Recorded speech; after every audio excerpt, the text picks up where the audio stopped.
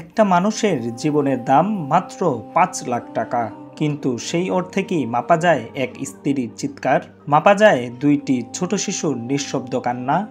বলছিলাম নারায়ণগঞ্জের এক পরিশ্রমী আবুল কালামের কথা। প্রতিদিনের মতোই বেরিয়েছিলেন জীবিকার তাগিদে। দুপুরেই ফার্মগেটের ব্যস্ত সড়কে মেট্রো রেলের পিলারের বিয়ারিং পেট খুলে পড়ে তার গায়ে। কোনো সতর্কতা ছিল না, কোনো সুরক্ষা ছিল না।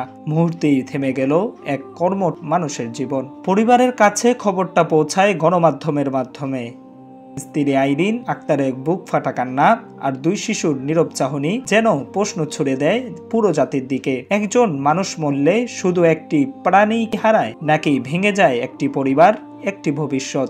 দুর্ঘটনার পর মেট্রো রেল কর্তৃপক্ষ জানিয়েছে প্রাথমিকভাবে ৫ লাখ টাকার ক্ষতিপূরণ দেওয়া হবে। পরিবারের কাউকে চাকরিরও আশ্বাস দেওয়া হয়, কিন্তু প্রশ্ন রয়ে যায়, জীবনের মূল্য কি শুধু টাকার অঙ্কে মাপা যায়?